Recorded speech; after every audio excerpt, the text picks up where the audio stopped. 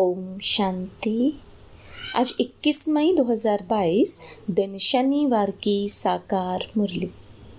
आइए अब सुनते हैं मीठे बाप दादा के मधुर महावाक्यों को। मीठे बच्चे, श्रीमत में कभी मनमत मिक्स नहीं करना।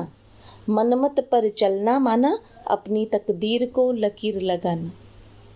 प्रश्न: बच्चों को बाप से कौन सी उम्मीद नहीं रखनी चाहिए? उत्तर: कई बच्चे कहते हैं, बाबा हमारी बीमारी को ठीक कर दो, कुछ कृपा करो। बाबा कहते, यह तो तुम्हारे पुराने ऑर्गन्स हैं, थोड़ी बहुत तकलीफ तो होगी ही, इसमें बाबा क्या करे? कोई मर गया, देवाला निकल गया, तो इसमें बाबा से कृपा क्या मांगते हो? यह तो तुम्हारे हिसाब किताब हैं। हाँ, योग बल से तुम्हारी आयु बढ़ सकती है। जितना हो सके योग बल से काम लो।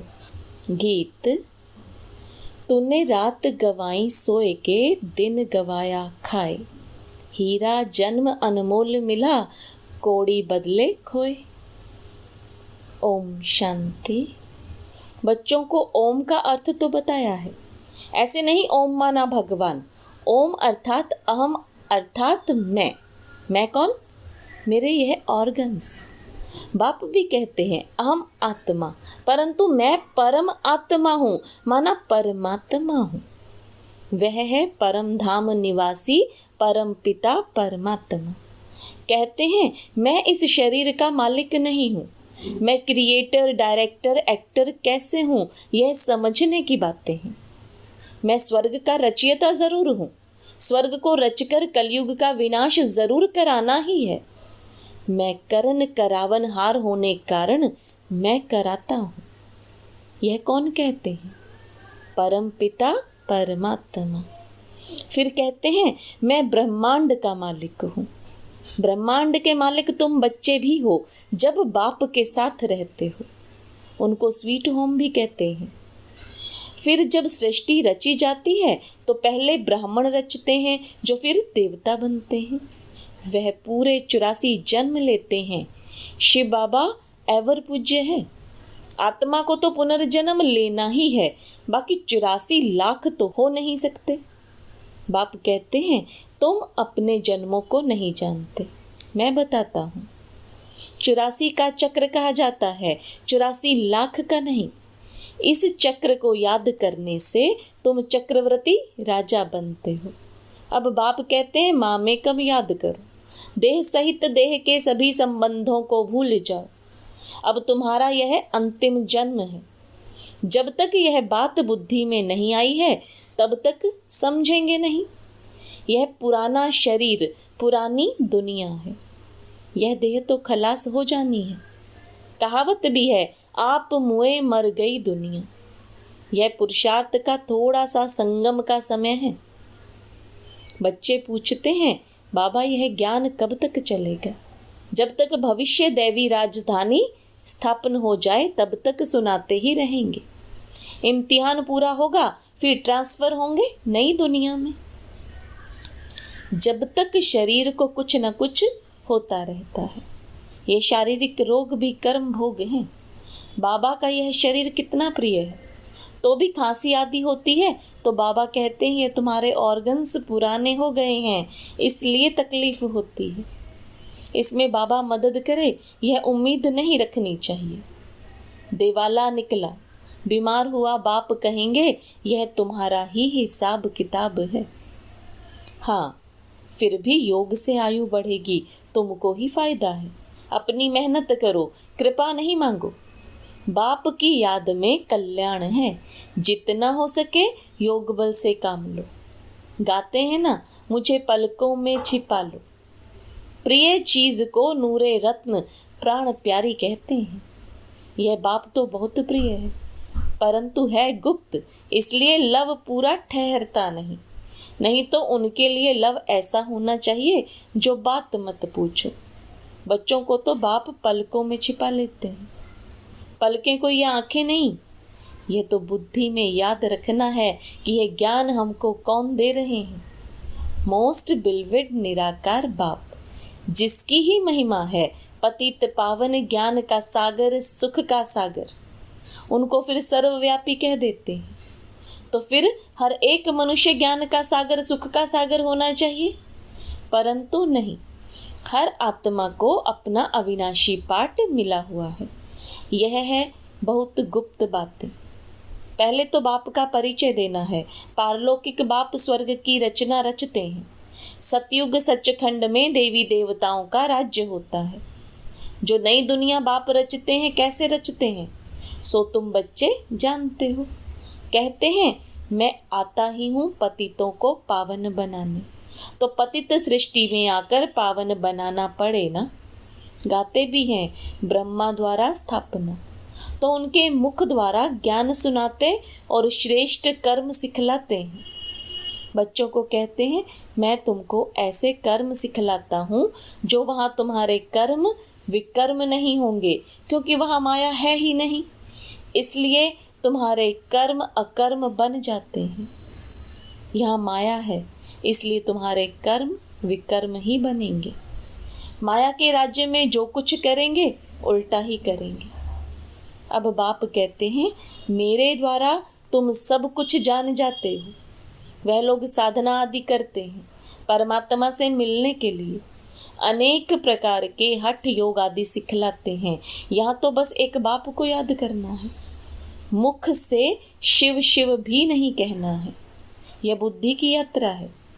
जितना याद करेंगे उतना रुद्रमाला का दाना बनेंगे, बाप के नजदीक आएंगे। शिव बाबा के गले का हार बनना या रुद्रमाला में नजदीक आना, उसकी है रेस। चार्ट रखना है तो अंतमति सोगति हो जाए, देह भी याद ना पड़े, ऐसी अवस्था चाहिए। बाप कहते हैं अब तुमको हीरे जैसा जन्म मिला है, तो मेरे लाडले बच्चे, नींद को जीतने वाले बच्चे, कम से कम 8 घंटे मेरी याद में रहो। अभी वह अवस्था आई नहीं है। चार्ट रखो, हम सारे दिन में कितना समय याद की यात्रा पर चलते हैं, कहाँ खड़े तो नहीं हो जाते हैं। बाप को याद करने से वर्षा भी बुद्धि में रहेगा। प्रवृत्ति मार्ग है ना। नंबर 1 है बाप का स्थापन किया हुआ स्वर्ग का देवी देवता धर्म। बाप राजयोग सिखलाकर स्वर्ग का मालिक बनाते हैं। यह फिर ज्ञान प्राय लोप हो जाता है। तो फिर यह ज्ञान शास्त्रों में कहाँ से आया? रामायण आदि तो पीछे बनाई है। सारी दुनिया ही लंका है, रावण का राज्य है ना। बंदर जैसे मनुष्यों को पवित्र मंदिर लायक बनाकर रावण राज्य को खत्म कर देते हैं। सदगति दाता बाप ज्ञान देते हैं सदगति के लिए। उनको सदगति करनी है अंत में। अब बाप कहते हैं बच्चे, और सबको छोड़ एक मेरे से सुनो। मैं कौन हूँ पहले यह निश्चय चाहिए। मैं तुम्हारा वही बाप हूँ। मैं तुमको फिर से सभी वेदों शास्त्रों का सार सुनाता हूँ। यह ज्ञान तो बाप सम्मुख देते हैं, फिर तो विनाश हो जाता है। फिर जब द्वापर में खोजते हैं तो वही गीता आदि शास्त्र निकल आते हैं। भक्ति मार्ग के लिए जरूर वही सामग्री चाहिए जो अभी तुम देखते हो। औरों का ज्ञान तो परंपरा से चला आता है, यह ज्ञान तो यहाँ ही खत्म हो जाता है। बाद में जब खोजते हैं तो यही शास्त्र आदि हाथ में आते हैं, इसलिए इनको अनादि कह देते हैं। द्वापर में सब वही शास्त्र निकलते हैं। तब तो मैं आकर फिर से सभी का सार सुनाता हूँ। फिर वही रिपीटिशन होगी। कोई रिपीटिशन को मानते हैं, कोई क्या कहते। अनेक मतें। वर्ल्ड की हिस्ट्री ज्योग्राफी तो तुम बच्चे ही जानते हो और कोई जान ना सके। उन्होंने तो कल्प की आयु लाखों वर्ष लिख दी है। ऐसे भी बहुत लोग कहते हैं कि महाभारत युद्ध को 5000 वर्ष हुए। यह फिर से वही लड़ाई है, तो जरूर गीता का भगवान भी होगा। अगर कृष्ण हो तो फिर मोर मुकुटधारी चाहिए। कृष्ण तो सतयुग में ही होता है, वही कृष्ण तो अब हो ना सके। इनके दूसरे जन्म में भी वही कला नहीं रहती। 16 कला से 14 कला बनना है तो जन्म बाय जन्म थोड़ा थोड़ा फर्क पड़ता जाएगा ना। ऐसे तो मोर मुकुटधारी बहुत हैं। कृष्ण जो पहला नंबर 16 कला संपूर्ण है, उनकी तो पुनर्जन्म से थोड़ी थोड़ी कला कमती होती जाती है। यह बहुत गूढ़ राज है। बाप कहते हैं ऐसे नहीं, चलते फिरते घूमते समय गंवाओ। यही कमाई का समय है। जिनके पास धन बहुत है वह तो समझते हैं हमारे लिए यही स्वर्ग है। बाप कहते हैं भल यह स्वर्ग तुमको मुबारक हो। बाप तो गरीब निवाज है, गरीबों को दान देना है, गरीबों को सरेंडर होना सहज होता है। हाँ, कोई बिरला साहूकार भी निकलता है। यह बहुत समझने की बातें हैं। देह का भान भी छोड़ना है। यह दुनिया ही खत्म होनी है, फिर हम बाबा के पास चले जाएंगे। सृष्टि नहीं बन जाएगी, कोई तो एडवांस में भी जाएंगे। श्री कृष्ण के माँ बाप भी तो एडवांस में जाने चाहिए, जो फिर कृष्ण को गोद में लेंगे। कृष्ण से ही सतयुग शुरू होता है। यह बड़ी गूढ़ बातें हैं। यह तो समझ की बात है। कौन माँ बाप बनेंगे? कौन सेकंड नंबर में आने लायक है? सर्विस से भी तुम समझ सकते हो, लक से भी कोई गैल्प कर आगे आ जाते हैं। ऐसे हो रहा है, पिछाड़ी वाले बहुत फर्स्ट क्लास सर्विस कर रहे हैं। रूप बसंत तुम बच्चे हो, बाप को भी बसंत कहा जाता है तो स्टार, इतना बड़ा तो है नहीं। परम आत्मा माना परमात्मा, आत्मा का रूप कोई बड़ा नहीं है। लेकिन मनुष्य कहाँ मूंझे नहीं, इसलिए बड़ा रूप दिखाया है। ऊंचे ते ऊंचा है शिव बाबा, फिर है ब्रह्मा विष्णु शंकर। ब्रह्मा भी व्यक्त से अव्यक्त बनता है और कोई चित्र है नहीं। विष्णु के 2 रूप लक्ष्मी नारायण बनते हैं। शंकर का पाठ सूक्ष्म वतन तक है। यहाँ स्थूल सृष्टि पर आकर पाठ बजाने का नहीं है, ना पार्वती को अमर कथा सुनाते हैं। यह सब भक्ति मार्ग की कथाएं हैं। यह शास्त्र फिर भी निकलेंगे, उनमें कुछ आटे में नमक जितना सच है। जैसे श्रीमद् भगवत गीता अक्षर राइट है, फिर कह देते हैं श्री कृष्ण भगवान, यह बिल्कुल रॉन्ग। देवताओं की महिमा अलग, ऊंच ते ऊंच है ही परम पिता परमात्मा। जिसको सब याद करते हैं उनकी महिमा अलग है। सब एक कैसे हो सकते हैं? सर्वव्यापी का अर्थ ही नहीं निकलता। तुम हो रूहानी सेल्वेशन आर्मी, परंतु गुप्त हो, स्थूल हथियार आदि तो हो ना सके। यह ज्ञान के बाण, ज्ञान कटारी की बात है। मेहनत है पवित्रता में। बाप से पूरी प्रतिज्ञा करनी है, बाबा हम पवित्र बन स्वर्ग का वर्षा जरूर लेंगे। वर्षा बच्चों को ही मिलता है। बाप आकर आशीर्वाद करते हैं। माया रावण तो श्रापित करती है, तो ऐसे मोस्ट बिलवेड बाप के साथ कितना प्यार चाहिए। बच्चों की निष्काम सेवा करते हैं। पतित दुनिया पतित शरीर में आकर तुम बच्चों को हीरे जैसा बनाए खुद निर्वाण धाम में बैठ जाते हैं। इस समय तुम सबकी वानप्रस्थ अवस्था है, इसलिए बाबा आया है। सबकी ज्योति जग जाती है तो सब मीठे बन जाते हैं। बाबा जैसा मीठा बनना है। गाते हैं ना, कितना मीठा कितना प्यारा। लेकिन बाबा कितना निरअहंकार से तुम बच्चों की सेवा करते हैं। तुम बच्चों को भी इतनी रिटर्न सर्विस करनी चाहिए।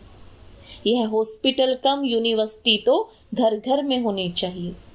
जैसे घर घर में मंदिर बनाते हैं, तुम बच्चियां 21 जन्म के लिए हेल्थ वेल्थ देती हो श्रीमत पर। तुम बच्चों को भी श्रीमत पर चलना है। कहाँ अपनी मत दिखाई तो तकदीर को लकीर लग जाएगी। किसी को दुख मत दो। जैसे महारथी बच्चे सर्विस कर रहे हैं वैसे फॉलो करना है। तख्त नशीन बनने का पुरुषार्थ करना है। अच्छा, मीठे मीठे सिकिलदे बच्चों प्रति माता पिता बाप दादा का याद प्यार और गुड मॉर्निंग। रूहानी बाप की रूहानी बच्चों को नमस्ते। रूहानी बच्चों की रूहानी बाप दादा को याद प्यार गुड मॉर्निंग और नमस्ते। धारणा के लिए मुख्य सार, बाप समान निरअहंकारी बन सेवा करनी है। बाप की जो सेवा ले रहे हैं उसका दिल से रिटर्न देना है।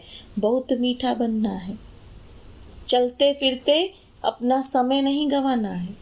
शिव बाबा के गले का हार बनने के लिए रेस करनी है। देह भी याद न पड़े, इसका अभ्यास करना है।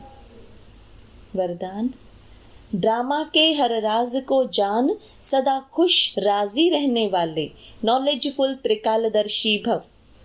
जो बच्चे नॉलेजफुल त्रिकालदर्शी हैं वे कभी नाराज नहीं हो सकते, भले कोई गाली भी दे, इंसल्ट कर दे तो भी राजी, क्योंकि ड्रामा के हर राज को जानने वाले नाराज नहीं होते। नाराज वो होता है जो राज को नहीं जानता है। इसलिए सदैव यह स्मृति रखो कि भगवान बाप के बच्चे बनकर भी राजी नहीं होंगे तो कब होंगे। तो अभी जो खुश भी हैं, राजी भी हैं, वही बाप के समीप और समान है। स्लोगन, जो व्यर्थ से इनोसेंट रहता है वही सच्चा सच्चा सेंट अर्थात महात्मा है। ओम शांति।